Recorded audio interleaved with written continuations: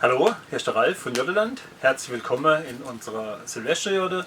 Heute Abend gibt es Raclette, und zwar mit dem bekannten elektrischen Raclette-Gerät, sondern vom Grill, genauer gesagt vom Petromax Artago.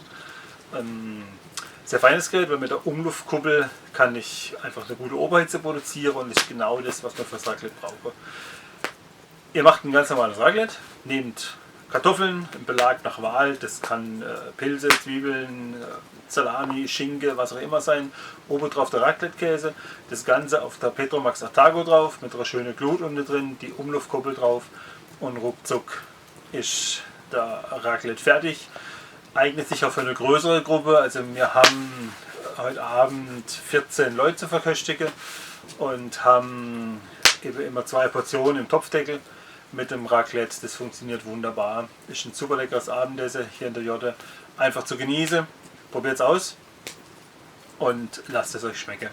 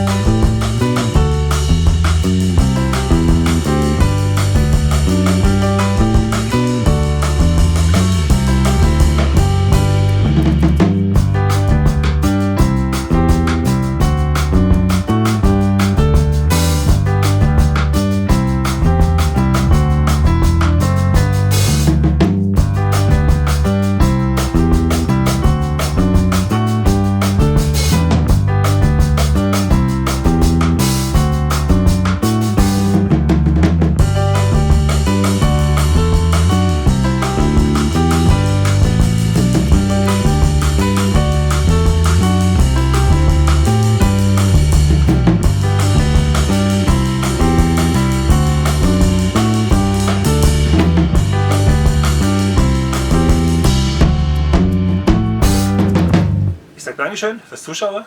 Freue mich immer wieder, wenn ihr reinguckt. Lasst ein Abo hier bei YouTube und ihr erfahrt immer das Neueste, was in und um unsere Jodde so passiert.